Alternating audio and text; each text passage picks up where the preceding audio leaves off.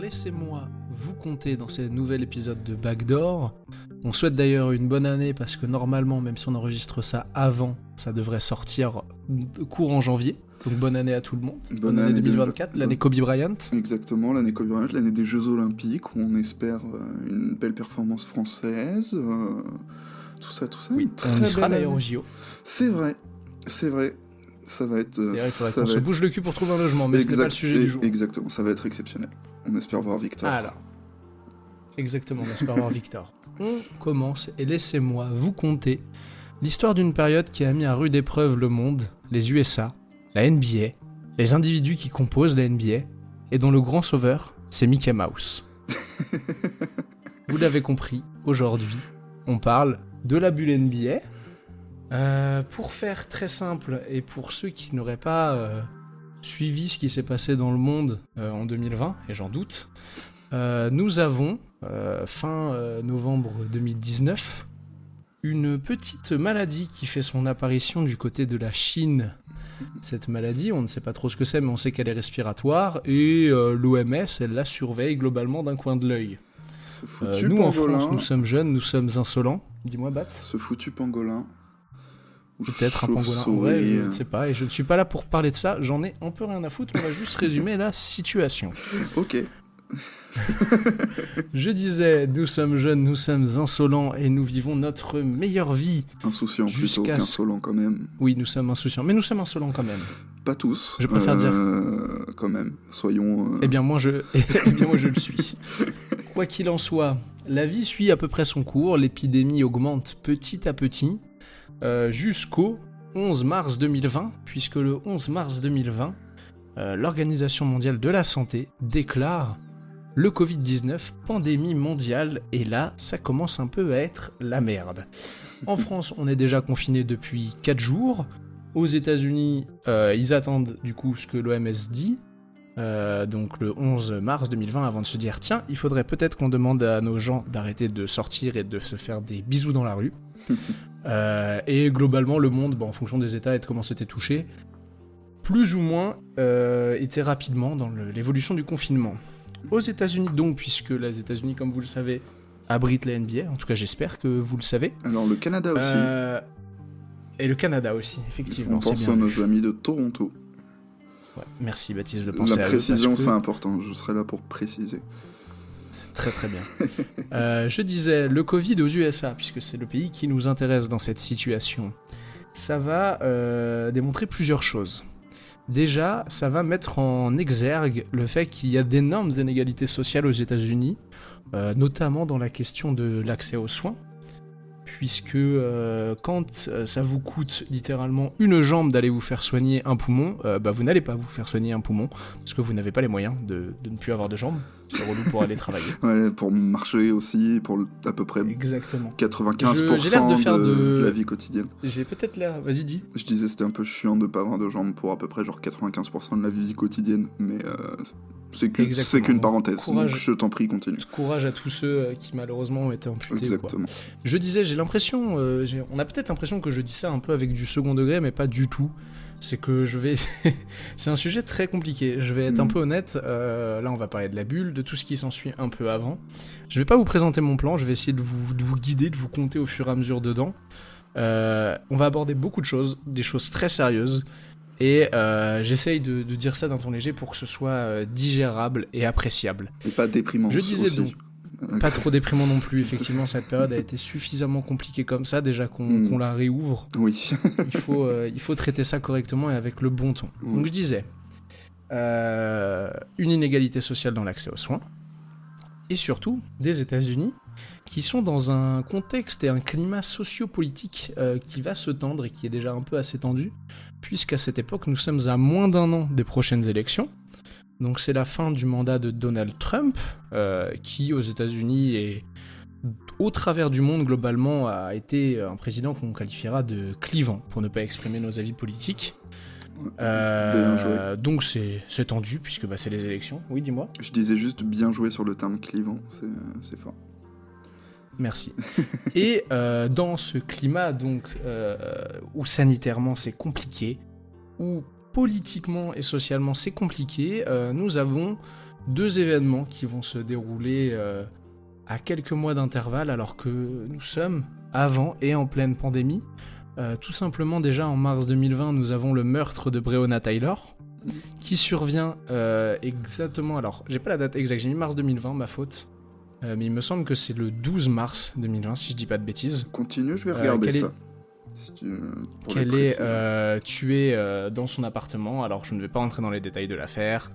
Elle serait sortie avec un dealer, etc. C'est un assassinat, enfin en tout cas c'est un événement qui va marquer énormément la communauté afro-américaine aux États-Unis et qui va commencer à faire beaucoup parler, à soulever déjà des questions de traitement de la police vis-à-vis des personnes noires. C'était bien le 12 mars, bien joué à toi.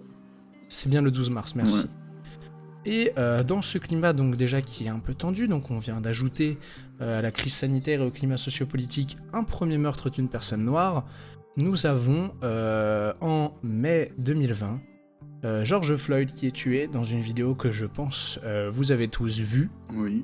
Le fameux slogan I Can't Breathe. Elle avait tourné partout cette vidéo.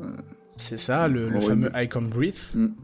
Et ça va être l'étincelle, puisque suite à la mort de George Floyd, nous allons avoir énormément de manifestations durant l'été 2020 et dans les mois qui vont suivre, notamment portées par le mouvement Black Lives Matter. Et donc, voilà, une énorme période de mouvement, un climat très compliqué, donc sanitairement, sociopolitiquement, et des événements dramatiques qui enflamment les États-Unis, qui posent une énorme question. Et on n'en a toujours pas parlé, alors que pourtant on est dans un podcast basket. Au milieu de tout ça, la NBA. C'est pas toujours facile de naviguer comme ça quand t'es juste une ligue sportive. Exactement. Ouais. La NBA, qu'est-ce qu'elle devient cette NBA? Parce qu'on n'en a pas parlé alors que ça fait déjà quasiment 10 minutes que je parle. La NBA, tout simplement, elle s'arrête le 11 mars 2020 après une blague de mauvais goût. Est-ce que tu t'en souviens, Baptiste? Bah oui, c'est Cocorico, j'ai envie de te dire. Ouais, oui, c'est ça. Là, on peut rigoler. C'est Gobert qui veut se moquer un peu des nouvelles règles sanitaires, et notamment la règle qui disait ne touchez pas au micro, etc. en conf de presse. Exactement, et qui se moque de la situation. Et qu'au moment de partir de la conf de presse, il s'amuse à toucher tous les micros, tout ça. Et je crois que c'est genre 2 jours plus tard, il est testé positif. Et non, c'est même pas 2 jours plus tard. Ah ouais, il me semblait c'est littéralement 24 heures avant. Ah ouais. Ah merde. Qu'il est 24 heures avant, donc il fait cette blague, et 24 heures plus tard, Rudy Gobert devient le premier joueur NBA testé positif. Voilà, ça c'est ma France, ça c'est le rayonnement de la France à l'international comme on l'aime. Exactement, comment prouver qu'on est des gros cons même à l'international. Ça c'est le truc français, tu me dis un truc, je fais l'opposé. Exactement. Rudy, qui était déjà, on va en parler vite fait, mais qui était déjà pas très trop apprécié des fans américains, bon, on l'est encore moins. Mais surtout, il se passe une situation à ce moment-là, et ça, je sais pas si tu t'en souviens, dans cette salle du jazz, lors d'un jazz Thunder, une situation un peu lunaire où on a le speaker qui annonce oui, restez bien dans la salle, vous en faites pas, vous êtes en sécurité, et qu'il y a beaucoup de fans qui pensent qu'il y a une fusillade qui est en train d'être lieu. Pas du tout, il y a juste un mec qui a été testé positif à une maladie, tellement américain. Et on se dit... c'est ultra contagieux et il y a 50 000 gus dans la salle. Ouais. Donc, cette situation à ce moment-là, en NBA, il reste environ une 20aine de matchs à jouer par équipe, plus, bien évidemment, les playoffs. Spoiler, dans une ligue où l'argent est roi, 20 matchs à jouer et des playoffs, ça représente énormément d'argent. Parce qu'on va en parler beaucoup, c'est quand même l'une des grandes questions. Est-ce que comme ça, tu te souviens du montant que la NBA risque de perdre si la saison s'arrête à ce moment-là? Alors là, aucunement, mais alors, je sais pas, j'ai l'impression de forcer si je parle de milliards, mais en tout cas, je pense que c'est... pas du tout, tu te forces pas. J'allais dire... Non, puisqu'on parle vraiment d'1,5 milliard de dollars. Ah, tout de même. Oui, c'est beaucoup d'oseille, ça en plus fait, plus qu'accessoirement ce serait la première saison non finie de ton histoire, ce qui est peu fun. Ouais, parce que même pendant la Seconde Guerre mondiale, ça jouait. Alors surtout, il y avait... Oui, alors peut-être, je sais pas, je ne suis pas un historien de la NBA comme toi. C'était pas la NBA, mais ça jouait. Oui, en tout cas, ses ancêtres. Voilà. Donc, la NBA peut perdre 1,5 million de dollars. Voilà un petit peu sa situation à ce moment-là. Vous venez donc du coup cette ligue privée qui évolue aux États-Unis, donc évolue aussi dans tout ce climat-là. Et à ce moment-là, je suis en train de finir mon introduction et de doucement rentrer dans le sujet. La NBA a en vérité devant elle 3 questions. Comment tu finis la saison ? Parce que tu vas pas t'asseoir sur 1,5 milliard de dollars et tu vas pas avoir la première saison non finie de ton histoire. Comment tu vas te positionner vis-à-vis des manifestations et des mouvements qui sont en cours aux États-Unis quand tu es une ligue dans laquelle 80% de tes athlètes sont noirs, et quel rôle tu peux jouer socialement vis-à-vis des prochaines élections présidentielles, quand pareil tu représentes des athlètes, et là peu importe la couleur de peau, qui en tout cas pour une partie sont issus quand même de milieux relativement défavorisés, et notamment à l'époque tes 2 superstars, Kevin Durant et LeBron James, qui sont des exemples, on va dire, du parcours à l'américaine, de partir tout en bas et arriver tout en haut. Les 2 sont issus de familles très pauvres c'est ça, des États-Unis. Famille monoparentale avec seulement leur mère et le père qui est parti. C'est ce que j'allais dire, tu m'as devancé. Ah désolé, je t'ai coupé la parole, je suis désolé. T'inquiète. Et voilà un petit peu le contexte pour la NBA à ce moment-là, après l'arrêt de sa saison, le 11 mars 2020. Qu'est-ce qu'on va faire ? Eh déjà, on va observer ce qui se passe. Mais avant même d'observer ce qui se passe, on va observer ce que font les franchises.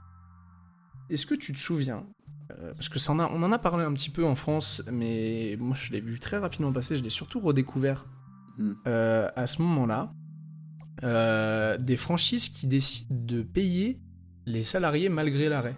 Je me souviens de certaines avaient annoncé ça. Je crois que si j'ai pas de conneries, genre les Warriors et les Mavs, il me semble qu'ils l'avaient fait. Alors, j'avais pas les Warriors. Les Mavs, effectivement, fait partie. En fait, il y a 3 franchises qui l'annoncent de front en premier. Certaines vont les rejoindre après, je les ai pas toutes, donc peut-être que les Warriors, t'as raison. Mais il y a déjà les Mavs, comme tu disais, les Cavs et les Pistons. Ouais. Je me souviens Mark Cuban qui l'annonce direct.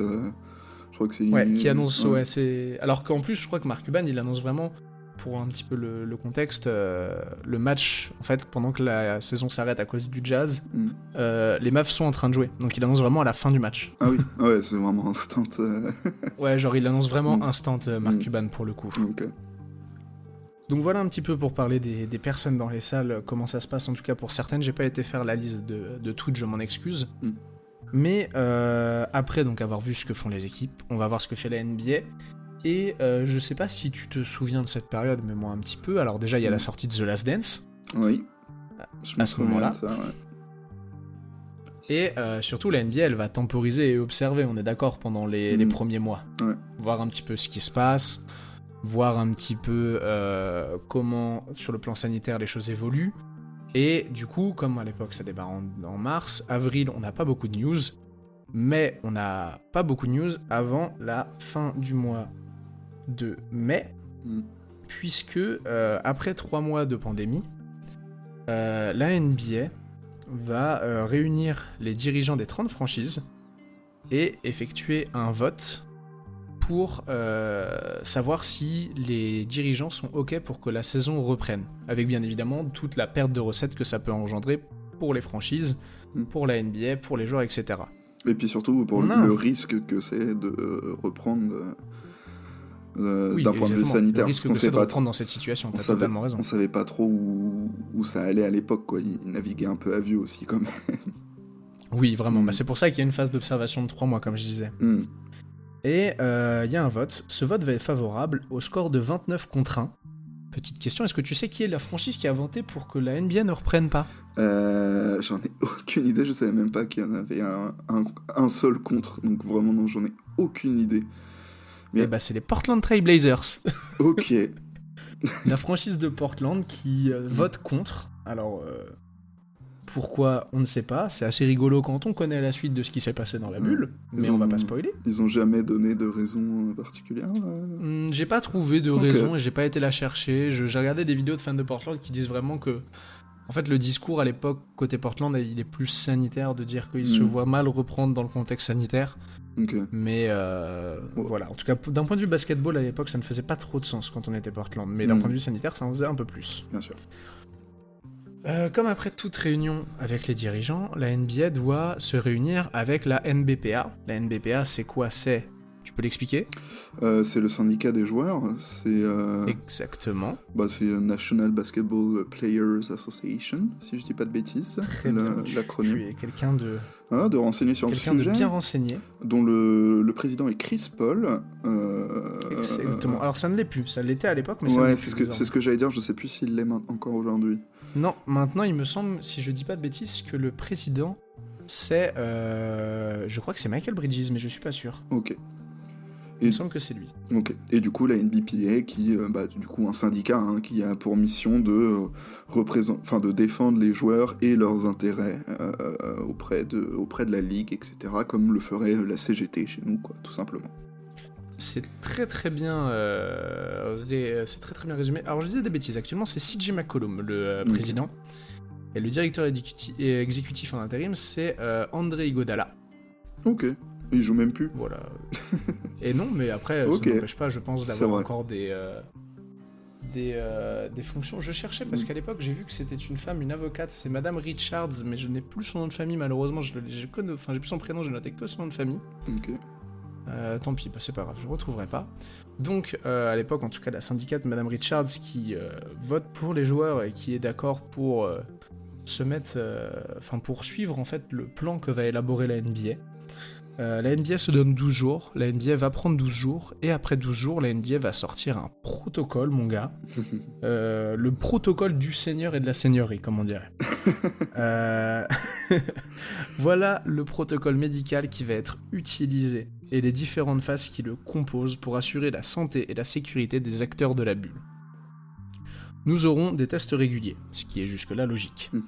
Nous aurons des individus à risque qui seront autorisés à être écartés de la bulle s'ils le souhaitent, sans impact sur leur salaire. Par contre, les individus qui ne sont pas considérés à risque, eux, ont le droit de ne pas venir dans la bulle. On ne les oblige pas, mais par contre, ils devront s'asseoir sur leur salaire. Petite notion un peu américaine de la chose. Ouais, c'est ok. C'est la demi-liberté. Voilà un petit peu les conditions que pose la NBA avec la NBPA. Et ensuite, elle pose 6 phases, la NBA. La première des phases, elle va se dérouler du 16 juin au 22 juin. C'est-à-dire qu'à ce moment-là, les joueurs sont tenus de revenir dans les villes de leur équipe. Simplement, ceux qui auraient changé d'état pour aller voir leur famille, etc., vous devez revenir là où est située votre franchise.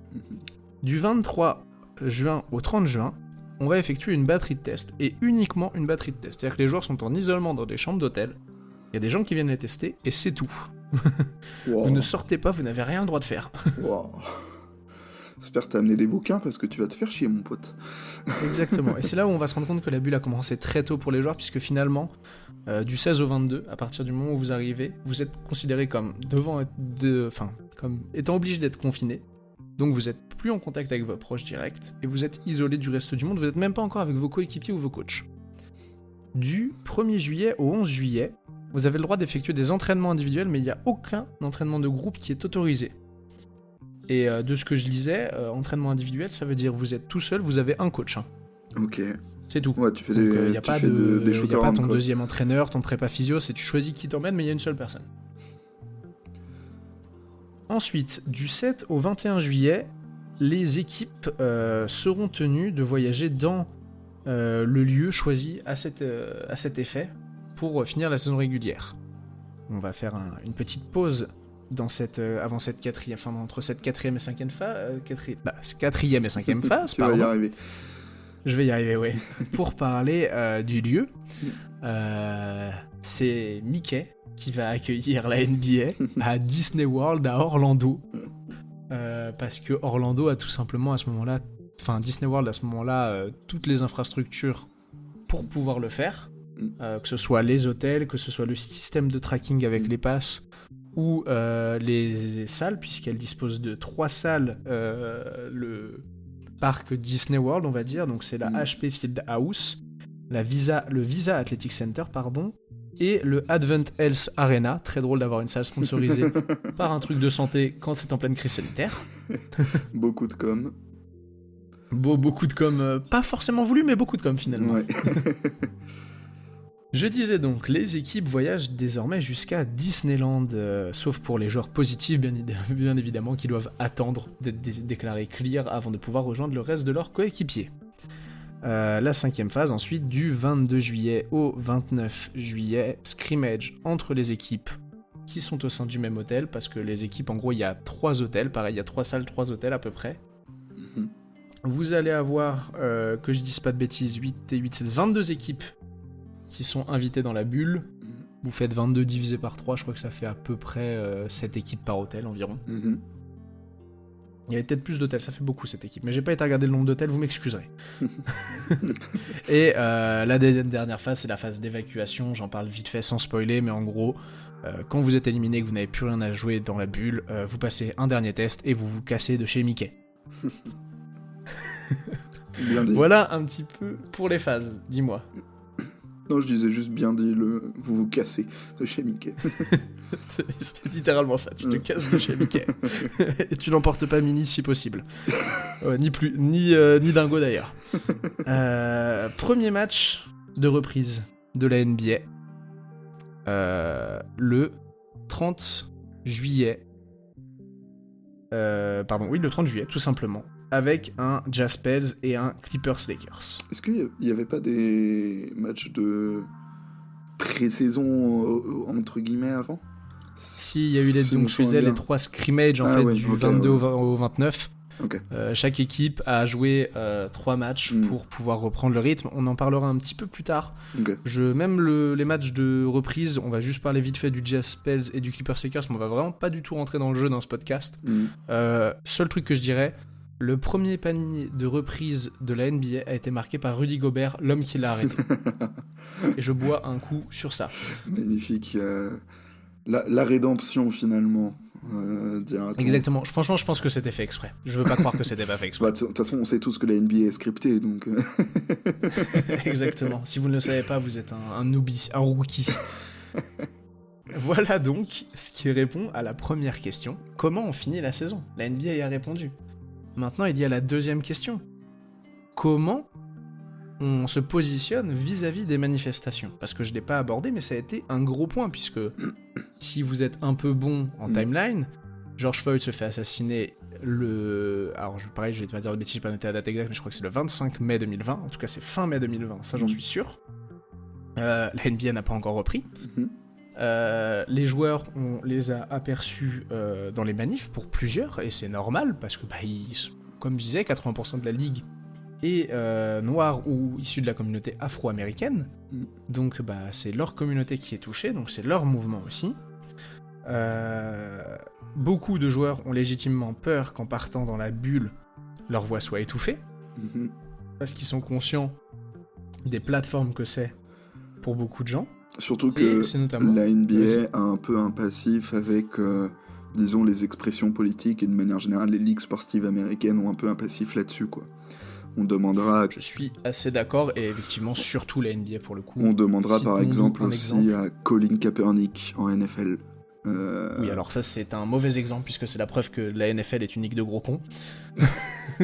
Oui, c'est gratuit pour la NFL. Mais c'est mérité. Mérité, en effet. Mais non, je pensais que tu allais me citer Bill Russell, vois-tu ? Ah oui, non, mon truc, moi, ce que je veux dire, c'est que la NBA a déjà fait ce genre de choses, d'étouffer un peu les revendications politiques, etc. Ah oui, ok, d'accord. C'était ça que je voulais dire. Oui, effectivement, c'est vrai que la NBA a fait ça aussi, malheureusement. Oui, non, vas-y, t'inquiète. D'accord. Je disais donc, beaucoup de joueurs ont peur que leur voix soit étouffée, et ce qui est bien normal, et donc c'est notamment l'une des discussions que j'ai passées sous silence entre la NBPA et la NBA, mais dont on va parler maintenant, c'est de rassurer les joueurs, et je me rends compte que si, j'avais bien noté le nom de cette dame, c'est juste plus tard, c'est bien Michelle Roberts, directrice exécutive à l'époque de la NBPA, qui porte le mouvement des joueurs de... on est d'accord pour revenir, mais vous allez certainement pas nous empêcher de nous exprimer, parce que tout simplement, si vous êtes pas ok pour qu'on s'exprime, on joue pas. Et du coup, c'est chiant pour vous si on joue pas. C'est-à-dire, si LeBron James ne joue pas, c'est vachement chiant pour la NBA. Même n'importe quel autre joueur finalement. S'il y a aucun joueur qui joue, voilà. On va pas faire des matchs. Ça s'appelle une grève et c'est pas fun pour l'argent. Voilà, la NBA, on rappelle qu'ils adorent l'argent. On va pas regarder un match avec les membres du staff. Ce serait très drôle, mais non.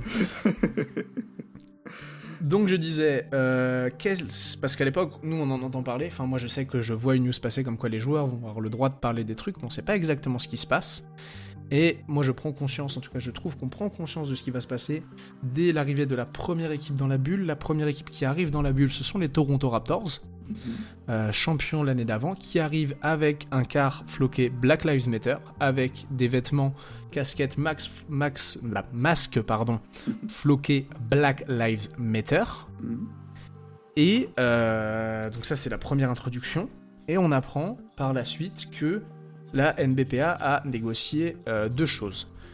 Le slogan Black Lives Matter sera inscrit sur les parquets. Je sais pas si tu t'en souviens, mais on le voit bien, à la regarder des replays, on voit le slogan inscrit Black Lives Matter. Et aussi le fait que les joueurs auront le droit d'avoir des slogans à la place de leur nom sur leur maillot. Je vais prendre une respiration et je vais tous les énoncer parce que je trouve que c'est important. Nous avons Black Lives Matter, évidemment. Say their names. Vote, I can't breathe. Justice, peace, equality, freedom, and oath, power to the people, justice now. Say her name. Si se puede, yes we can en espagnol. Liberation, see us, hear us, respect us, love us, listen to us, stand up, Hali, anti-racist, I am man, speak up, how many more, group economics, education reforms, and mentor. Voilà pour les 30 slogans. Je crois qu'il y en a 30, il me semble. Slogans que les joueurs auront le droit. Bien évidemment, les superstars internationales auront le droit de faire traduire ces slogans pour que ce soit parlant. Et petite anecdote, je sais que ça n'avait pas été accepté, mais à l'époque, Evan Fournier avait demandé à faire marquer Adama Traoré derrière son maillot. Et la NBA n'avait pas voulu parce que c'était un nom propre, il me semble. Ah, je savais pas ça. Bah, force si, je me souviens que c'était les gars de Trash Talk qui avaient sorti cette info. Ok, bah merci, force à Evan. Force à Evan sur le banc d'Enix actuellement, mais force à toi, Evan. Sur les 350 joueurs qui composeront la bulle, nous en avons 300 qui choisiront de porter un slogan. Comme je disais, avec des stars internationales, message très fort, honnêtement. On se souvient forcément un peu de ceux qui n'ont pas porté. Je pense que le plus gros exemple de celui qui n'a pas porté de slogan, c'est LeBron James. Mais à l'époque, ça n'est même pas évoqué parce qu'en fait, le mouvement global est plus important que les individus à ce moment-là. Puis je pense que LeBron a quand même déjà prouvé que niveau engagement... Oui, c'est ça. Et puis, si je la donne pas, si on veut parler de justification vis-à-vis de LeBron dit à l'époque que pour lui, son nom et ce qu'il fait est plus important, comme tu disais, que de mettre un slogan. Pour lui, ça va plus loin. Ouais, ok. J'avais jamais entendu la justif, mais... Bon, à faire. Il me semble, la justif, je suis pas sûr, mais je crois qu'il dit vraiment que, genre, pour lui, il considère que mettre son nom, ça fait... c'est autant un slogan, parce que c'est autant prouver qu'il existe, etc. Il y a une vraie justif un peu compliquée de LeBron. Mais, du coup, voilà pour ce qui est avant la bulle.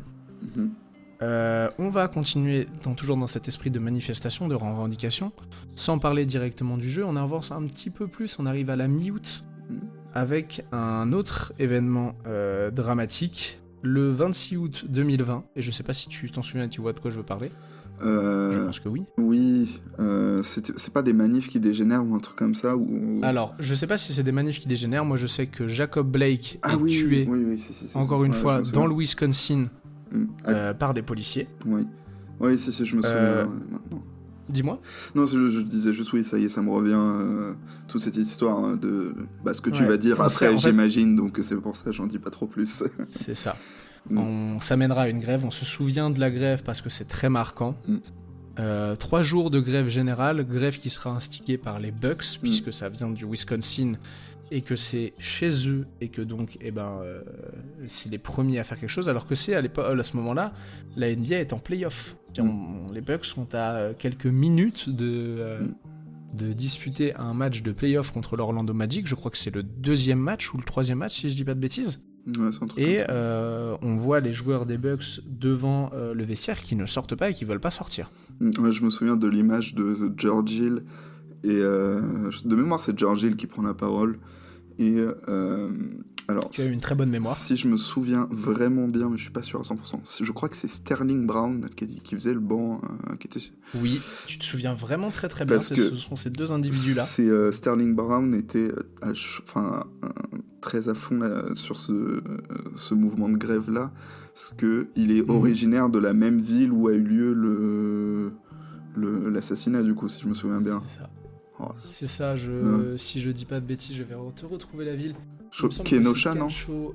Kenosha, c'est ça, exactement. Ouais, je me souviens bien alors. C'est Kenosha, tu as totalement raison. Donc, grève des Bucks, grève générale pendant 3 jours de la NBA au global alors qu'on est en plein playoff. Et ça... La situation est très tendue parce que déjà vous avez des individus qui sont tous isolés depuis au moins 2 gros mois, si ce n'est 3 pour certains. Donc les esprits sont un peu à bout, vous avez une situation comme je disais qui était tendue, etc. Vous aurez une réunion qui sera tenue entre les coachs, les dirigeants et les joueurs pour savoir si la bulle reprend ou non. Franchement, c'est quand même, avec du recul, quelque chose de fou, de se dire qu'elle n'aurait pu ne pas reprendre cette bulle. Mais déjà, le fait que les joueurs fassent grève comme ça au milieu des playoffs, c'était déjà un truc de ouf. Genre... Ah oui, c'était quelque chose de fou. Mais on en parlera un petit peu plus tard. La grève, elle est motivée par ça aussi, et elle est motivée aussi par autre chose du côté des joueurs. Donc, la réunion est tenue. Le vote est que oui, on va bien finir la saison NBA. Mais des choses doivent être mises en place. Déjà, les dirigeants s'engagent à faire en sorte que les arènes NBA, les salles NBA, deviennent des centres où les gens pourront aller voter et avant ça se renseigner sur le vote. La NBA crée un site web dédié à ça, nba.com/vote. Vous avez des bandeaux qui passent 24 heures sur 24 après. Et ça devient vraiment le deuxième gros combat, on va dire, de cette bulle et des joueurs. C'est les violences raciales en un premier temps, et en un second temps, le fait qu'il va falloir voter pour que les choses changent. Et c'est assez fou, en vrai, avec du recul, que de dire que c'est dit sans être dit, mais la NBA se positionne presque à ce moment-là politiquement sur les prochaines élections. Ouais, hein. Enfin, les joueurs. Oui, les joueurs, mais les joueurs font plier la NBA quand même. Je veux dire, c'est sûr. De quelque chose. C'est sûr, mais ça vient avant tout des joueurs. La NBA se plie parce que sans eux, elle sait qu'elle ne peut pas faire de fric et qu'elle est obligée de dire oui.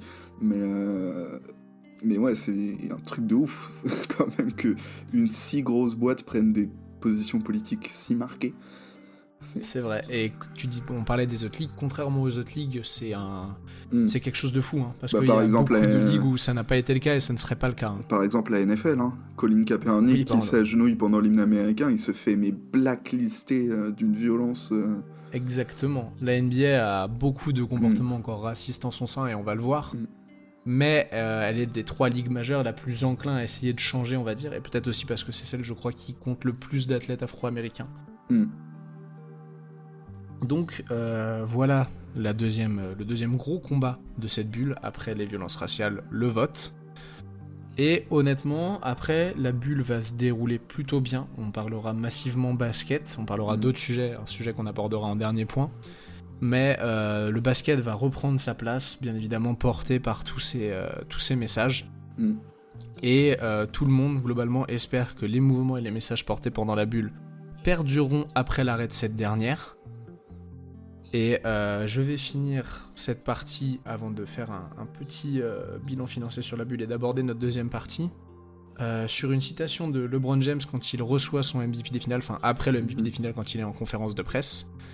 Il dit « C'est incroyable ce que Adam, tous les gens de la NBA, de la NBPA ont fait et la manière dont on s'est mis ensemble et dont on a utilisé nos voix, la manière vraiment dont on a été mis ensemble, il le redit.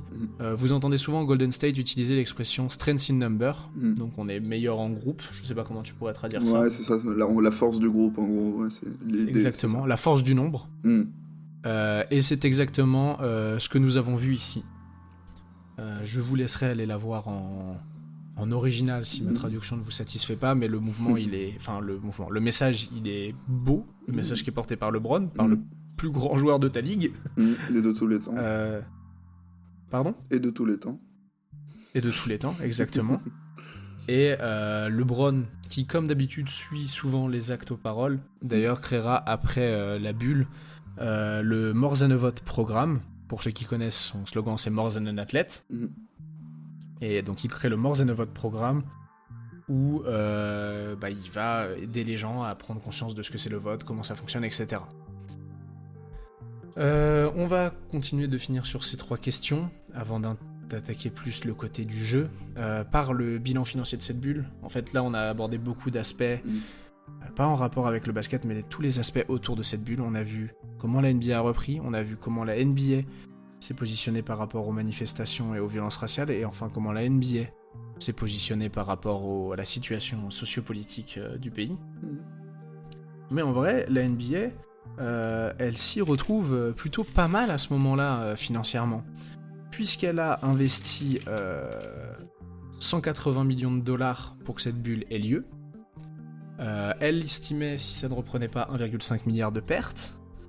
Et au final, la NBA ne perdra que, entre guillemets, et des très très gros guillemets, 700 millions de dollars. Alors qu'elle aurait pu perdre plus d'1 milliard. Donc c'est ça, donc elle a quand même économisé 50%. Ce que j'allais dire, tu divises quand même la perte par 2, quoi. C'est pas... exactement ça. Très exactement, si vous voulez le chiffre, en gros, vous pouvez dire qu'avec 180 millions de dollars, la NBA en a fait 620, puisque c'est les gains générés par la bulle, que vous avez juste à les soustraire à ce qui était estimé d'être perdu pour avoir le résultat final. Une réussite sur le plan sportif, parce qu'en vrai, elle a été quand même assez folle, cette bulle NBA. On va en parler vite fait un petit peu après, mais il y a beaucoup d'histoires dans cette bulle. Oh que oui. Oh que oui, comme tu dis. Et voilà, une NBA qui montre encore une fois la force de ses athlètes, la force des mouvements sociaux qu'elle est capable de porter. Et d'overall, d'extérieur, si on ne prend pas le jeu en compte, c'est magnifique. Et maintenant, on est là pour ça aussi un petit peu, on va parler du jeu, de l'impact sur le jeu, de l'impact sur les équipes, et forcément de l'impact sur les joueurs. Sur le jeu, quelle est, comme ça, la plus grosse différence que tu dirais entre la NBA normale et la NBA dans la bulle ? Il n'y a pas de public, évidemment. Oui. Mine de rien, ça compte. T'as l'œil, toi, dis donc, qui observe vachement bien. Mon deuxième prénom, c'est Sherlock, voilà. Exactement, la non-présence de fans dans cette bulle, ça a eu un impact sur la performance des joueurs. Et jusque-là, tu te dis, oui, certainement. Mais j'en sais rien. Parce qu'en vrai, les joueurs NBA, ils sont forts. Il n'y a juste pas de fans en soi. Mais l'une des variables qui permet d'estimer la performance des joueurs, c'est ce qu'on appelle le game score. En équivalent, c'est soit ce que vous allez appeler le player efficiency rating ou le plus-minus. Mais le plus-minus, c'est plus pour les matchs. Le player efficiency rating, c'est un peu plus général. Le game score, donc, c'est un indice qui permet d'observer... comment les joueurs sont efficaces, comment ils performent, etc. Vous avez une baisse dans la bulle du game score. Et je sais qu'avant, je disais, oui, il n'y a pas de fans, ça va être mieux, non ? Mais vous avez bien une baisse du game score. Cette baisse, elle est liée notamment à des facteurs mentaux et psychiques, on va dire, dont on parlera après. Mais malgré cette baisse du game score, notamment si vous comparez les playoffs de la bulle aux playoffs de l'année précédente, vous avez une variable, on va dire, qui est positive au sein de ce game score. Si vous comparez les athlètes noirs et les athlètes blancs, vous remarquez que les athlètes noirs ont surperformé par rapport aux athlètes blancs d'environ 27% par rapport aux playoffs de l'année d'avant. Ah, quand même. Quand même. Et notamment parce qu'on n'a pas de public. Mais s'il n'y a pas de public et que les athlètes noirs performent alors que les athlètes blancs non, c'est parce qu'on a enlevé quel facteur, Baptiste ? Les insultes racistes ? Et c'est une très bonne déduction, décidément, Sherlock. Ah bah... C'est effectivement ouf, ce truc. J'avais jamais entendu ça. Eh bien, si. Moi non plus, je l'avais jamais entendu jusqu'à préparer cet épisode. De toute manière, pour cet épisode, tant il est dense, vous aurez en description un lien vers un Google Doc où je vous mettrai toutes mes ressources, tous les sites que j'ai utilisés, tous les liens, pour que vous puissiez aller voir un petit peu plus. Je vais vraiment survoler cette étude qui est vraiment une étude très complète et honnêtement, c'est pour ça que je la cite parce qu'elle ne fait pas les choses semblant et c'est un vrai travail universitaire hyper intéressant. vous avez du coup cet effet où les joueurs noirs sont plus performants que les joueurs blancs. Qui plus est, c'est encore plus vrai chez les top players, donc ça c'est assez fou.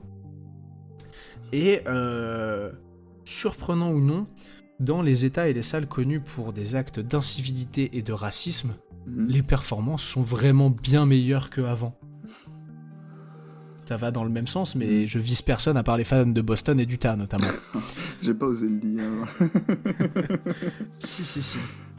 Donc, cet effet où tous les joueurs sont moins bons, globalement, mais les athlètes noirs sont meilleurs que les athlètes blancs. Première fois qu'on arrive réellement, grâce à cette bulle, malheureusement, à mettre en lumière le fait que le racisme, les insultes racistes ont un réel impact sur les joueurs et leur niveau de jeu.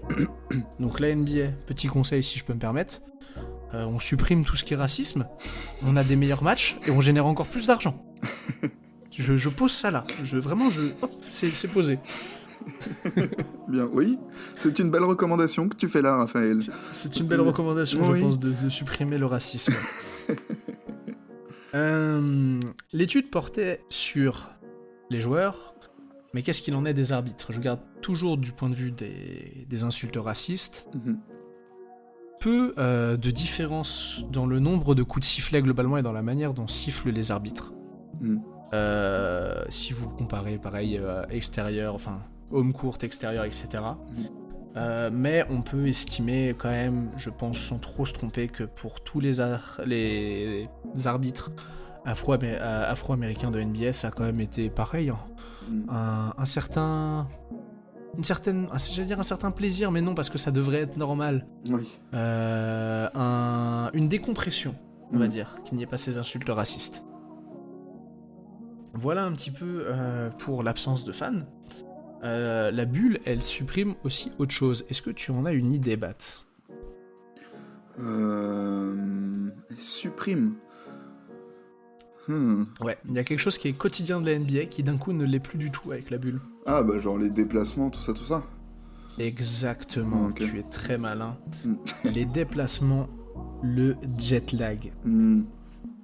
Eh bien, le jet lag, c'est finalement l'effet qui va le moins s'apercevoir, on va dire. Il y a des études, pareil, qui comparent la bulle avant la bulle. On observe une légère amélioration pour les équipes qui d'habitude se déplaçaient, et surtout des équipes qui changeaient de time zone. Mais globalement, les métriques, elles s'égalisent. Il n'y a pas de grosses différences, il y a une légère amélioration sur certains trucs. Mais personnellement, je la trouve pas assez importante pour en faire plus que ça, donc c'est pour ça qu'on va l'évacuer assez rapidement, le jet lag, mais il fallait poser la question du jet lag quand même. Cependant, un effet qui lui est bien observé, c'est l'avantage de missiles extérieurs. Car oui, les équipes voyagent, mais les équipes jouent souvent à l'extérieur par rapport à domicile. Est-ce que tu as une petite idée, d'habitude, de combien de pourcents de chances de victoire, de réussite ont les équipes à domicile ? À domicile ? Ouais. Là, comme j'en ai pas d'idée précise, je vais dire un truc un peu comme ça, au doigt mouillé, je sais pas, je dirais un petit 65-70%. Et bah, ton doigt était relativement bien mouillé puisque c'était 60%. Oh. Effectivement, d'habitude, on observe 60% de victoires à domicile en play-off pour les équipes.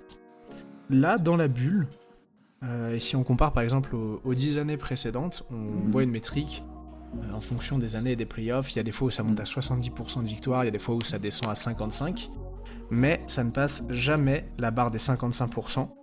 Là, dans la bulle, on tombe à 48%. Donc on passe sous la barre des une victoire sur deux, des une chance sur deux de gagner à domicile.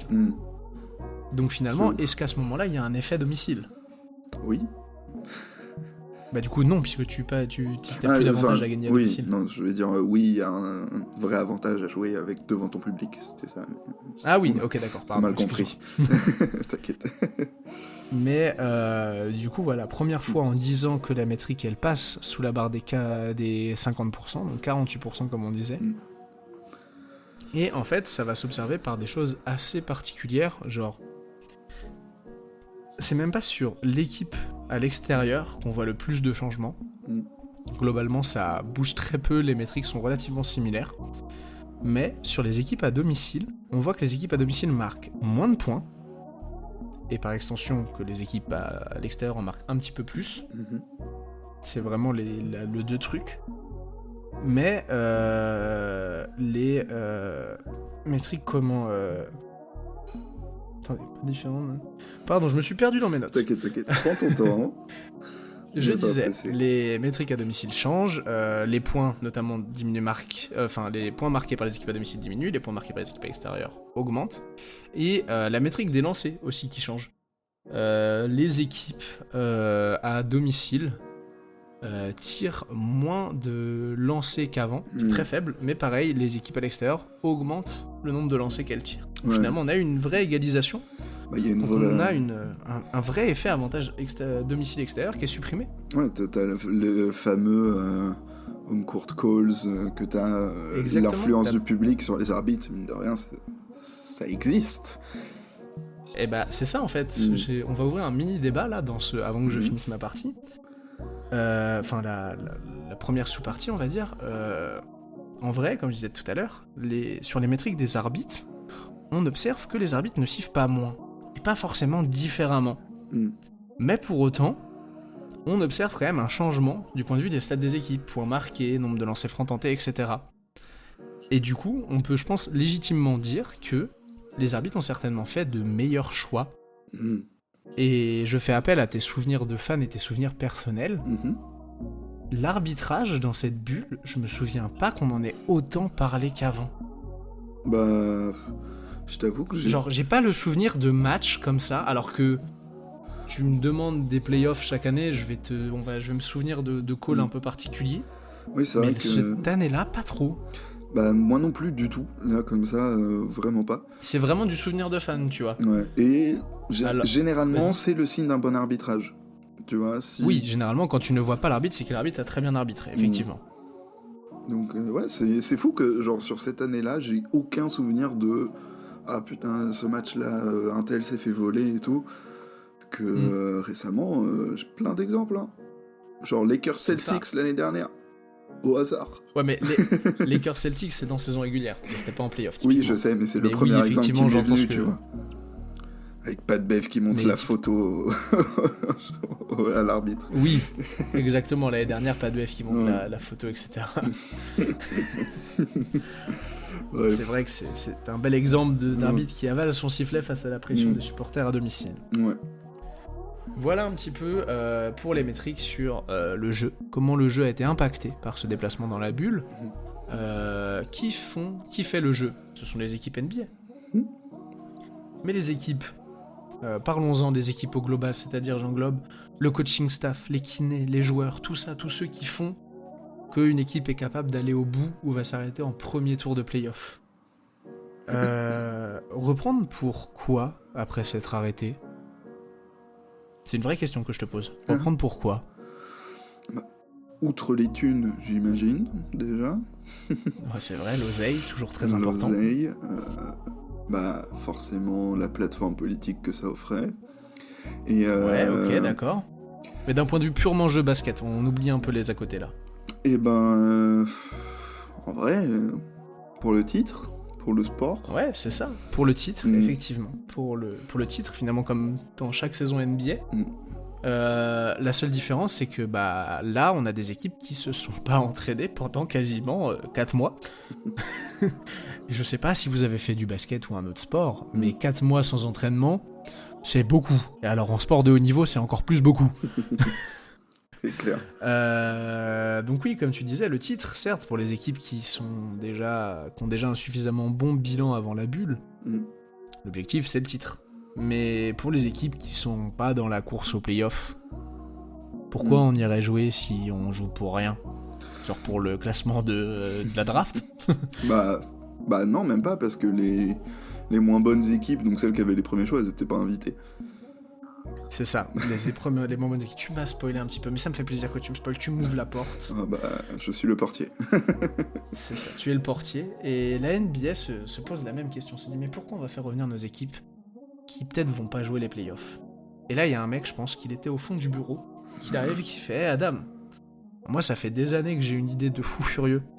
Ça te dit, on crée un play-in tournament où en fait on augmente la dose de sel chez les fans NBA de 200%. C'est bien Parce qu'en résumé. fait, truc de fou, quand t'es qualifié en playoff, en fait t'es pas qualifié en playoff si t'es en dernier. Et oui, la bulle. Ouais, c'est vrai que c'était les premiers play-in. C'est le premier play-in, la bulle. Incroyable. Et alors bon, c'est un play-in largement différent de celui qu'on connaît maintenant. Oui, c'est vrai. À l'époque, la NBA, elle invite donc 6 équipes, une équipe à l'Est et 5 équipes à l'Ouest.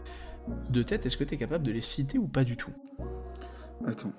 Elle invite les équipes qui sont pas invitées? Non, les équipes qui sont invitées. Il y a une équipe à l'Est et il y a 5 équipes à l'Ouest.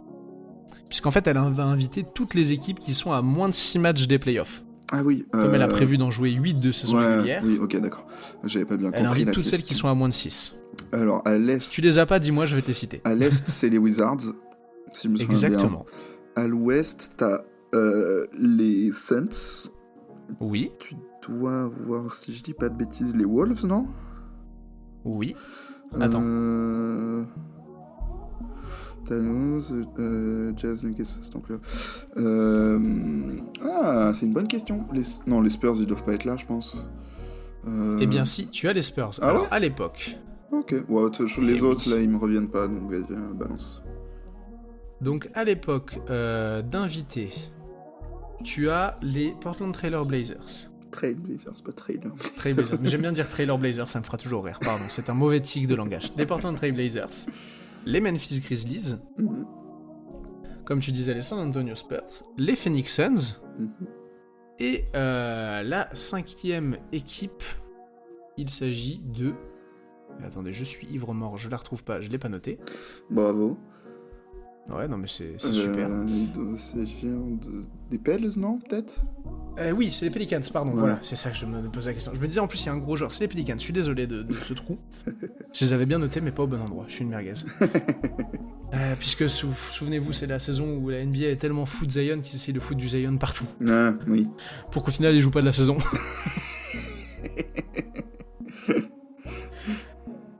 Mais du coup, la NBA donc invite ces 6 équipes pour quoi? Pour tester sa nouvelle formule, faire monter le taux de sel et voir si en vrai l'idée de Robert là du fond du bureau elle est bonne ou pas. Parce que Adam il se pose la question. Mm. Et je pense qu'on peut dire qu'elle est excellente cette idée. Grave. Franchement, elle est pas trop cool, on n'a pas eu des trucs exceptionnels dans la bulle grâce à ça, grâce au fait qu'il y avait la carotte du play-in. Bien sûr. C'est quoi, 8-0 qui font les Suns? Exactement. Incroyable. Mais on a aussi les Blazers. Ah oui. Les Blazers, ils font 7-1. Oui, et ils gagnent contre les Grizzlies, non, justement, du coup. leur Exactement, place ils en- gagnent contre les Grizzlies qui étaient 8e à ce moment-là dans le classement. Hmm. Vous avez des équipes. Washington, clairement, vient dans la bulle, mais ne fait rien. Parce que Ils viennent pour faire le j'ai nombre, regardé. quoi. Washington, ils ont gagné 2 matchs dans la bulle. Et c'est déjà pas mal. C'est déjà pas mal, pauvre Bradley Beal, il est venu, il s'est fait chier dessus. Mais pas de play-in du coup à l'époque à l'Est, parce qu'en fait pour être éligible au play-in, il fallait que l'équipe 8 et l'équipe 9 aient moins de 2 matchs d'écart. Hmm. Nice. Donc on a Lillard, et on se rappelle, Lillard il est tellement en feu qu'il est MVP du play-in. Ah oui. C'est ouais. le début de logo, enfin c'est la continuité de logo Lillard. Genre il prend un nombre de tirs du logo sur ce play-in, ça veut rien dire. Il y avait pas un truc de MVP de la bulle? Si, il est MVP de la bulle, c'est ce que je dis. Ah non, t'as dit MVP du play-in. C'est pour ça. Ah, pardon, C'est pour ça m'a excusez-moi, fait je me suis tiquer. trompé. Ok. Je me suis trompé. Non, il est bien MVP de la bulle. Il a le trophée Mickey Mouse. Oui, MVP. c'est incroyable. Et l'histoire, effectivement, la belle histoire des Suns qui, honnêtement, va fonder le groupe. Hmm. D'ailleurs, pour l'anecdote, il faut savoir que les Suns sont l'équipe qui a récupéré l'un de ses joueurs en dernier, puisque Ricky Rubio est le joueur à être rentré le plus tard dans la bulle, puisqu'il a été déclaré positif la veille de la rentrée des Suns dans la bulle. Ah merde. Du coup, Florent Ricky, il a attendu 15 jours avant d'arriver. Pauvre Ricky Rubio, Ouais. on l'embrasse. Oui, naturellement. Mais donc, pour faire un petit peu le résumé sur les équipes, 3 matchs de scrimmage, 8 matchs de saison régulière, 1 match de play-in en plus pour les Blazers. Donc quand vous êtes un coaching staff, un total de 11 matchs pour faire reprendre des automatismes à des joueurs, C'est peu. les remotiver et les tenir motivés, surtout. Mm. Vous, en tant qu'individu, ne pas péter un plomb parce que vous êtes isolé loin de tout, et on va en parler juste après. Mm. Et voilà, c'est un challenge titanesque, je sais pas comment le dire autre chose. Parce que 11 matchs quand t'es un coaching staff pour motiver tes mecs, reprendre des automatismes et aller gagner un titre, merde. Genre juste merde. C'est dur. Oui, en effet, c'est très dur.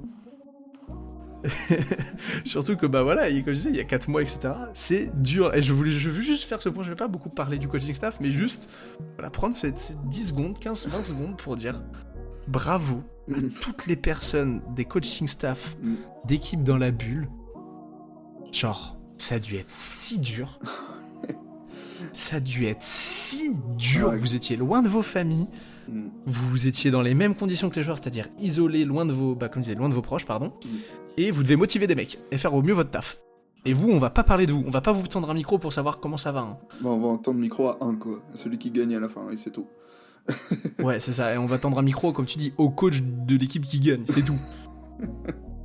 Genre, ça fait je sais pas combien de mecs laissés sur le carreau. Quel taf d'ingrat. Enfin, non, pas d'ingrat. Exactement. Oui, si, on a l'idée. C'est un taf semi-d'ingrat, on va dire. Ouais. À ce moment-là, c'était un taf un peu dur. Ouais. C'était assez dur. C'est clair.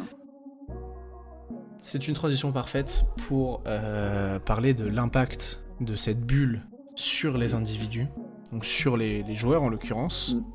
Parce que, tout simplement, prenez des individus, isolez-les de tous et de tout contact de leurs proches pendant 1 mois et demi minimum pour les équipes qui partiront le plus tôt, et 3 mois pour celles qui ont joué les finales. Certes, vous leur donnerez du contact avec leurs collègues de travail, avec leurs coéquipiers, et des contacts par visio avec leur famille. Mais vous n'aurez aucun contact physique qualitatif, pas vos enfants, pour vous dire que vous êtes le meilleur papa, pas vos femmes ou vos hommes, peu importe, pour vous réconforter quand ça va pas et que vous avez fait un match de merde, pas vos parents pour vous dire que je suis fier de toi mon enfant. Personne. Ça pendant 1 mois et demi, 3 mois. Eh si, et j'espère pas, certains d'entre vous l'ont certainement vécu pendant le Covid et pendant les confinements. Et qu'on peut certainement tous s'y identifier, toute proportion gardée. Dis-moi. Je disais force à vous. Force à vous, déjà. Là, vous prenez cette situation que je viens d'énoncer et vous rajoutez la pression des résultats sportifs, la pression des événements sociaux quand vous êtes un joueur afro-américain et que votre communauté est en train de se défendre pour vos droits et que, comme le diront tous les joueurs, ça peut être moi, ça peut être ma mère, ça peut être mon fils, ça peut être ma fille, ça peut être n'importe qui me ressemble. L'enjeu d'une carrière et même de toute une vie, ce pourquoi vous travaillez certainement comme un acharné depuis que vous avez 9 ans.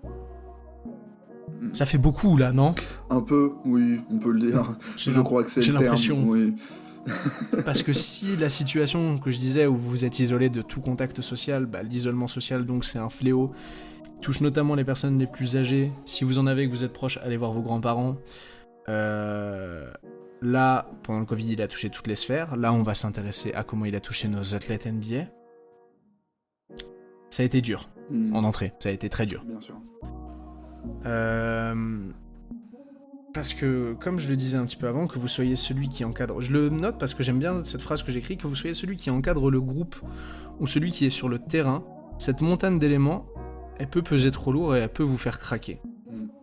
Et le premier témoignage dont je vais parler, avant même de parler d'autre chose, c'est celui de Paul George, qui explique, on est en play-off, on est à la sortie du Game 5 des Clippers contre les Mavericks au premier tour.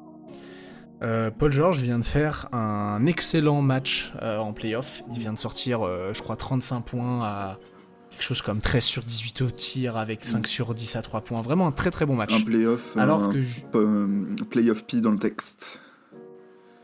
Bah du coup pas du playoff P dans le texte, enfin oui mais avant que ça devienne une vanne. Oui, pour le coup, mais surtout Paul George à la fin de ce Game 5, comme je dis, il vient de sortir un super Game 5 qui s'exprime, mais il va pas s'exprimer sur son Game 5, en fait il va s'exprimer sur son Game 4 et expliquer ce qui a changé. Et il expliquera que dans le Game 4 où il a eu une très très faible réussite au shoot, il se décrira bouffé et rongé par l'anxiété et dans ce que lui dira être une dark place. Donc je sais pas exactement comment le traduire parce que j'ai pas envie de dire de bêtises et de mésestimer ce que peuvent ressentir les personnes en dépression. Littéralement, c'est une place sombre. Je pense que le terme mauvaise passe est un peu... c'est effectivement, un peu, une mauvaise passe peut-être, une place sombre, vous comprendrez je pense l'idée. Ouais, dans l'idée c'est ça, même si je pense que mauvaise passe est un peu trop faible, je pense, tu vois, surtout si on parle de dépression et tout. Exactement, mais en tout cas c'est pour ça que je disais, je vais utiliser le terme de dark place, je vous laisserai vous faire l'idée de ce qu'il voulait dire. C'est le premier joueur à s'ouvrir sur ce qu'il ressent clairement dans le play-in et sur ce qui s'y passe. En tout cas pour les joueurs, parce que pas de contact social en fait, et genre c'est dur pour en vrai je vais dire pour certains, mais pour tout le monde. Pour tous globalement, athlètes et de biais ou pas, c'est la première fois qu'on nous interdit d'aller voir du monde. Et c'est pas facile du tout.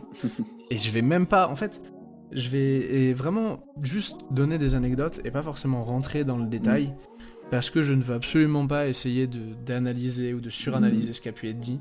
Je vais juste faire un peu un état des lieux, et ça va aller très rapidement, parce que j'ai 4-5 témoignages globalement. Mais juste pour présenter les états d'esprit, et expliquer un peu ce que, en tout cas, certains joueurs ont ressenti. Parce que, donc Paul George en parle, c'est très compliqué dans cette tête à ce moment-là. À la mi-août, donc après pour le coup les événements dont parle Paul George, donc c'est plutôt, je crois qu'à ce moment-là on est plutôt aux alentours du 25 août, les familles ont été autorisées à rejoindre la bulle. C'est-à-dire que vous pouviez faire venir votre femme, vos gamins, etc. Surprise ou non, ça n'a pas été le cas de la majorité des joueurs. Qui tout simplement n'ont peut-être pas voulu faire subir à leur famille ce qu'ils subissaient, c'est-à-dire que vous n'aviez pas le droit de sortir de l'hôtel, vous n'aviez pas le droit d'avoir des contacts avec des gens extérieurs de votre équipe, vous étiez testé toutes les 24 heures, je veux dire c'est très compliqué et je comprends que certains n'aient pas voulu imposer ça à leurs conjoints, conjointes, enfants, etc. Donc il y a quand même beaucoup de joueurs malgré cette autorisation qui sont restés seuls. Paul George en parlera, l'un des mecs qui en parlera aussi bien a posteriori c'est LeBron James dans un épisode du Barbershop où il expliquera avoir, alors il utilise le terme et je pense qu'il faut garder ce terme dans ses proportions, de PTSD sur ce qui s'est passé à Orlando, syndrome post-traumatique pour ceux qui ne sont pas merci familiers. beaucoup d'avoir fait la traduction, pas de souci. Ça me fait plaisir. Si il faut garder ce terme parce qu'il est employé d'habitude dans d'autres contextes, il fait comprendre clairement que c'est l'épreuve la plus dure de sa carrière.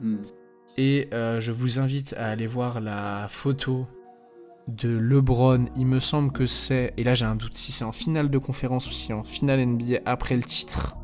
Mais du coup pour décrire la photo, il est vraiment assis sur le terrain et en fait il a un regard dans le vide. Oui tu m'étonnes. C'est un moment où il est censé célébrer et il a un regard dans le vide et c'est terrible je trouve.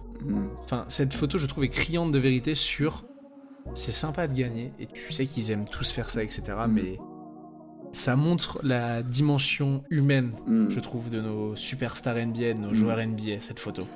Surtout en plus pour LeBron qui a cette réputation de cyborg et tout, tu vois, ça... C'est ça. Et qui pourtant, on sait aussi, est un family guy, LeBron. Oui, bien sûr.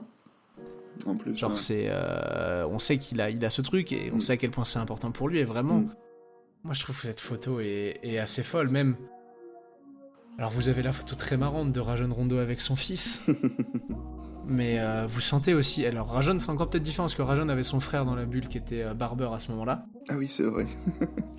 Mais allez regarder comme ça, plein de photos de célébration, du titre, etc.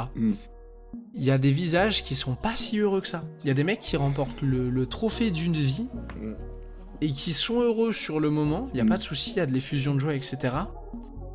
Mais voilà, je dès trouve que pas... le soufflet il retombe, tu sens que C'est ça, tout revient, quoi, un peu. exactement. Je trouve que tu sens vite que la réalité te rattrape. Ouais, c'est ça. Et c'est assez saisissant, comme je disais, dans l'un des moments les plus satisfaisants. Dans les joueurs qui s'exprimeront, on aura JJ Redick dans un des excellents podcasts Old Man and the Three Things. Podcast avec Jimmy Butler où ils abordent plein de choses quand ils étaient coéquipiers, etc. Mais à un moment, ils abordent le passage de la bulle puisque c'est juste après. Il joue encore Redick à ce moment-là ? Alors, JJ Redick joue dans la bulle. À l'époque, il est dans la bulle avec les Sixers, non ? Sixers, ouais, c'est ça. Okay. Puisqu'après la bulle, il va aux Pelicans et après, il prend sa retraite. Ouais, c'est vrai. Ok. Lui, il en parle. En fait, il parle du fait que à l'époque, quand il y a la grève générale, et c'est ce dont je voulais parler tout à l'heure sans trop en parler, lui vote contre la reprise de la bulle parce qu'il dit mais à ce moment-là, moi, j'en peux plus. Je suis plus là du tout. Il dit je ne supporte plus la situation, je supporte plus d'être loin de ma famille, je commence à perdre ma passion pour le basket. Alors il dit aussi que c'est peut-être lié au fait que lui est en fin de carrière. Oui. Et que à ce moment-là, sa famille est devenue plus importante que le jeu. Mais déjà, je trouve ça très beau d'en parler et d'accepter de dire j'ai voté contre la reprise. Et vraiment, il explique qu'en fait, comme il dit, je vote contre, mais après, j'ai conscience qu'il faut reprendre pour le mouvement, que j'ai conscience, et comme il le dit, c'est assez... Il en parle aussi en tant qu'athlète blanc, il dit j'ai conscience que pour vous les gars, il faut reprendre, parce que c'est un moyen de faire porter votre voix, etc. Et voilà, genre, ce cumul d'événements, en tout cas, pousse JJ Redick à dire qu'il vote contre. Mais, là j'ai cité 3 exemples de personnes qui parlent de la bulle comme étant quelque chose de compliqué. Et ça l'a été, je veux dire, je ne prends que 3 exemples, vous en avez d'autres. Vous avez aussi des belles histoires et des histoires humaines dans cette bulle, des gens qui ont été capables de faire bloc contre ce sentiment d'isolement social. Je pense que une équipe qui s'est construite dans la bulle et qui aujourd'hui surfe encore sur cette bulle, c'est... Dis-moi-le, Baptiste, s'il te plaît. Les Suns. Alors, je pensais pas du tout aux Suns. Ok. Ah oui, les Nuggets. Mais non, je pensais les Nuggets, oui. Les Nuggets. Non plus. Bah, mec. L'équipe qui a été en finale NBA, merde. Hein ? Bah, le Heat. Ah, bah oui, c'est aussi, c'est vrai. Bah non, pas aussi, oui. Bah oui, bien sûr, mais j'avais pas tort non plus dans ce que j'ai dit. Non, t'avais pas tort, ça que je dis aussi. effectivement. Okay. Mais je trouve que l'exemple même oui, bien sûr. d'un groupe qui se crée et qui se forme et qui devient prêt à affronter n'importe quoi, c'est le Miami. Genre, Jimmy Butler en parle donc dans le podcast avec Redick lors de la discussion, où il dit clairement que il prend ces gars et il leur dit écoutez, c'est simple là. On va tous être loin de nos familles. On va tous souffrir mentalement. Alors on a intérêt à tous être là pour les uns pour les autres. Et surtout, qu'il n'y ait personne qui vienne dans cette bulle pour faire autre chose que gagner ce putain de titre. Ils ont pas gagné le titre, mais ils en étaient pas loin. Bah, ils perdent 4-2 en finale, quoi. C'est ça. Et si vous pourrez reparler du basket, etc., en vrai, le Heat, à ce moment-là, ces frères qui se soutiennent, vous avez tout aujourd'hui, quasiment une grosse partie du corps du Miami Heat, qui est toujours là depuis cette bulle. Je veux dire, Jimmy Butler, Tyler Hero, Bam Adebayo, Duncan Robinson, Udonis Haslem. Vous avez déjà à l'époque, il me semble, Gabe Vincent, mais je suis pas sûr de ce que j'avance, mais vous avez déjà des joueurs qui sont encore là actuellement. Et voilà, genre aussi pourquoi certains se demandent aujourd'hui, je sors du cas de la bulle, pourquoi le Heat, on les considère toujours comme une équipe capable de faire des résultats et d'avoir ce on-off, parce que les mecs ont créé une expérience de fou furieux dans la bulle, dans des conditions absolument horribles. Et voilà un petit peu du coup pour cette partie positive. On va finir par un dernier exemple parce que j'ai pas trouvé tant d'exemples positifs que ça. Ils sont quasiment aussi durs à trouver que les exemples de joueurs qui disent que ça a été compliqué. Parce que les athlètes à NBA ne parlent pas non plus trop de leurs sentiments. C'est assez rare et c'est pour ça qu'on le souligne. Steven Adams dira que personne n'a à se plaindre de la bulle parce qu'on dort dans des hôtels et pas sur des lits par terre. Très Steven Adams comme déclaration. Je sais pas comment la dire d'autre. Ouais, bon, Steven Genre- Adams, de toute façon, c'est le genre de mec que j'imagine dormir sur de la pierre, donc je suis pas non plus étonné qu'il dise Oui, ça. c'est ça. En fait, c'est vraiment l'ours vous a dit que c'était pas si grave d'être dans une grotte. Ouais, c'est ça. C'est pas manquer de respect à Steven Adams quand je dis ça, c'est juste que je voulais le dire parce qu'elle a fait beaucoup parler et c'est une décla qui sort quasiment en réponse à ce que LeBron James dit en disant oui, vous êtes des privilégiés, vous devriez pas vous plaindre, etc. Bien sûr. Je pense qu'il faut au moins d'être de la trempe d'un Steven Adams ou d'un Jimmy Butler pour être capable de survivre à cette, pas de survivre, mais de vivre cette bulle correctement et certainement y insuffler un souffle à ses coéquipiers. Mais voilà un petit peu pour cet épisode sur la bulle. Magnifique. Je vais finir comme ça. J'espère avoir été complet. J'ai pris le choix de parler peut-être autant, si ce n'est plus, des à côté de la bulle que de la bulle en elle-même et du jeu. Parce que je les trouve tout aussi importants et tout aussi essentiels, si ce n'est plus. J'allais dire exactement la même chose. Eh bien, je te remercie, ça veut dire que j'ai correctement fait mon travail et ciblé mon sujet. De comprendre tous les facteurs qui ont mené à ce qu'on a vu, nous, juste simples spectateurs, tu vois. Donc, tout ça avait été au moins aussi important que le jeu, etc. Donc, ouais, très très cool de revenir sur cette période-là dont on se souvient tous parce qu'elle est très récente. Ah ouais, c'est très récent, hein, c'est des souvenirs très frais pour les fans NBA. Puis en plus, tu vois, moi par exemple, fan des Lakers, je peux te dire que cette bulle, elle m'a marqué. Parce que plus, même moi qui suis pas fan des Lakers, cette bulle m'a marqué. C'était la première fois. Si j'ai pris un League Pass, c'est grâce à cette bulle NBA. Hein. Ouais, c'est vrai. Oui, c'est vrai que je suivais la NBA avant sur Beansport, mais j'ai acheté le League Pass grâce à la bulle. C'est vrai qu'on prend le League Pass ensemble à ce moment-là, notre première. Ouais, je te dis, viens, on le prend à deux. C'est vrai, et on fait toujours ça depuis. On a toujours un League Pass pour deux. Parce que c'est cher. Mais du coup, je voulais dire, juste finir un peu, je parle peut-être un peu moins de ce qui était attendu, le côté dépression, histoire des joueurs, etc., où ça a été compliqué. Parce que c'est bien sympa d'en parler, mais je trouve ça un peu plus intéressant d'élaborer pourquoi, comment on en arrive là, qu'est-ce qui pèse sur les épaules des joueurs. Et finalement, je me retrouve avec pas grand-chose à dire à la fin, je veux dire, genre, les athlètes afro-américains qui ont les mouvements sociaux, qui ont la crise sanitaire, qui ont leur famille loin. Bah ouais, ça crée des situations où des fois, mentalement, les athlètes vont dans des cases compliquées. Oui, puis en plus, comme tu disais tout à l'heure, il n'y en a pas énormément qui en parlent. Donc, non, c'est ça, c'est très peu. Si tu te concentrais que là-dessus, l'épisode il faisait 10 minutes, quoi. Goran max. Donc, Ouais, c'est ça. Donc j'espère faire un autre sujet d'ailleurs de faire un prochain podcast sur la dépression, mais c'est assez dur à trouver, tant les joueurs en parlent pas. Ouais. Mais voilà, pour ce podcast sur la bulle, pas de quiz parce que flemme de faire un quiz sur la bulle. J'ai pas de justification. Bon, c'est fair enough, j'ai envie de te dire, ça me va. Et bah tant mieux. On va vous faire des gros bisous. Des gros bisous, des gros poutous. Vous dire topette. Vous souhaiter encore une bonne année. Une bonne année, soit excellente. Prenez soin de vous. Exactement. Voilà. Kiffez. Je te laisse le mot de la fin. Kiffez la vie, passez une très belle année et j'espère que votre équipe, l'équipe de votre cœur sera champion seulement si c'est les Lakers. Voilà. Allez, on finit sur ça, topette. Allez, topette.